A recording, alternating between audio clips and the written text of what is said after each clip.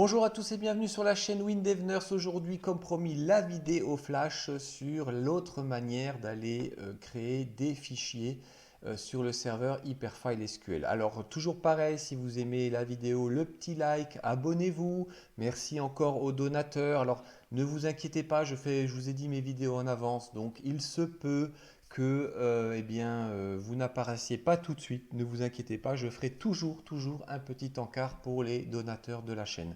Voilà, donc rappelez-vous, on avait créé la méthode 1, la méthode 2, c'était samedi. Là maintenant, on va voir une autre manière. Alors ce que je vais faire, je vais créer maintenant le fichier de données, simplement en local dans un premier temps. Alors je vais l'appeler la méthode 3.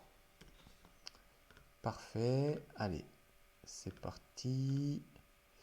Donc je le fais en local, c'est fait. Allez, dans méthode 3, qu'est-ce que je mets? Je sais pas, on va mettre lieu, donation, lieu. C'est parti. Voilà. Fichier texte, sous-entendu, où est-ce que les gens donnent? Bon, peu importe, on s'en fiche. Je crée mon fichier en local, il est là. Je fais ma génération. Voilà, donc l'analyse devrait être à jour. Alors toujours pareil, hein, vous voyez qu'en local, c'est fait, mais aussi sur le serveur. Mais on s'était rendu compte samedi que qu'est-ce qui se passait? Sur le serveur, ça n'apparaissait pas. Alors on y va. Allez, c'est parti, c'est fait. Donc on refait un petit test sur le serveur. On se connecte. Voilà. Et vous voyez normalement que la méthode 3 n'existe pas. Alors je vous ai parlé d'une autre méthode pour faire créer ce fichier. Voilà, ça n'existe pas. L'autre méthode, eh bien, ce qu'on va faire, on va forcer la création. Mais pour faire ça, on va imaginer en fait que l'utilisateur, il lance le logiciel.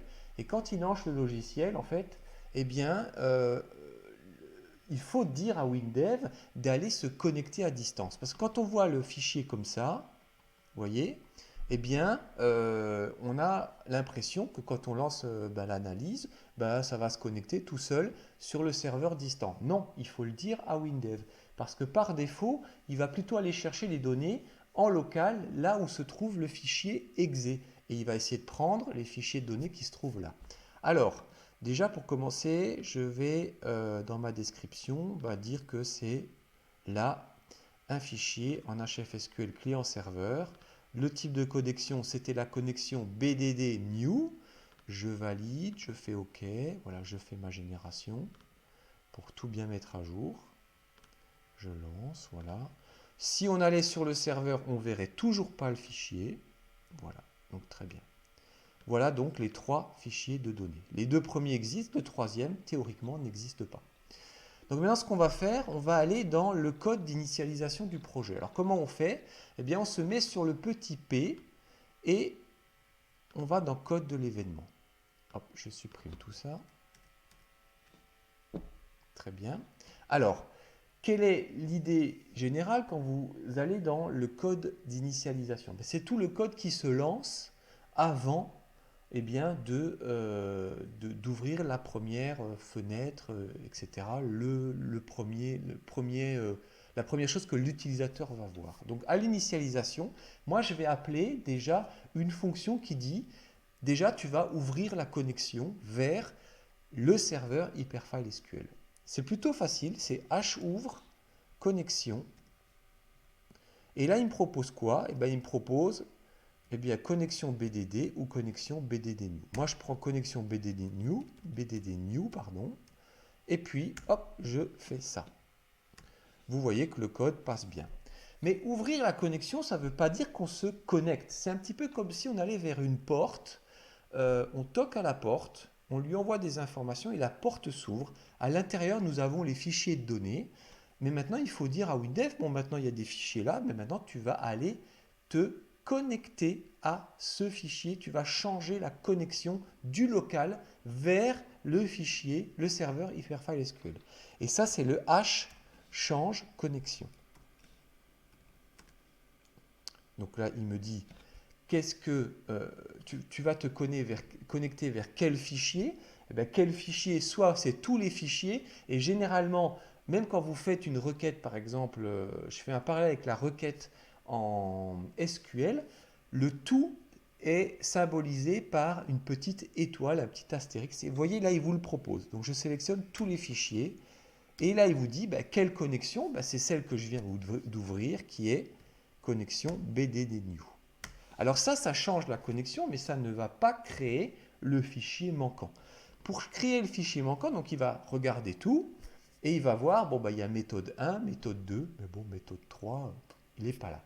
Et bien maintenant, on va forcer la création du fichier FIC à distance sur le serveur en appelant une fonction qui s'appelle hCreation si inexistant.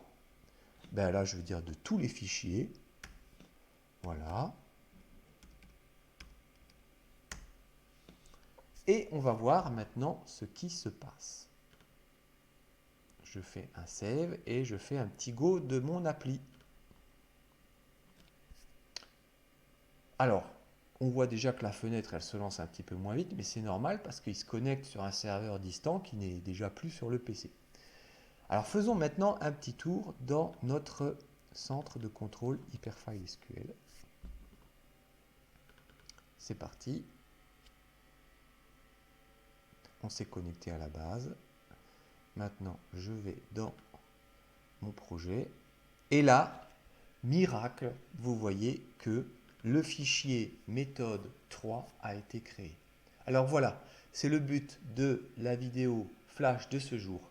Première chose, comment forcer la création d'un fichier. Alors ça marche en fait sur l'Hyperfile SQL en serveur, mais ça marche aussi en local. C'est-à-dire que vous pouvez très bien forcer au lancement de votre application, même en local, la création d'un fichier, même s'il n'y a pas de données à l'intérieur. Et ça, c'est un code que vous verrez souvent dans les vidéos de WinDev qui sont faites par d'autres développeurs.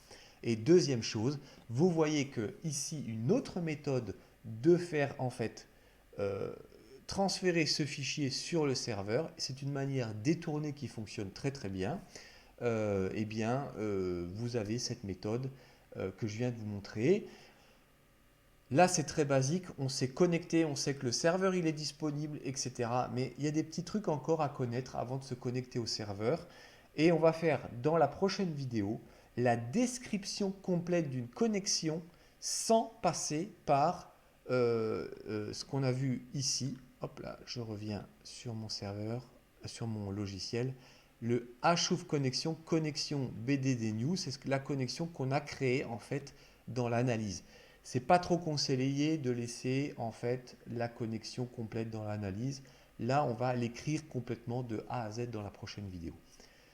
Je vous souhaite un bon développement à tous. Je vous dis à la prochaine vidéo. D'ici là, portez-vous bien. Et puis, bye bye.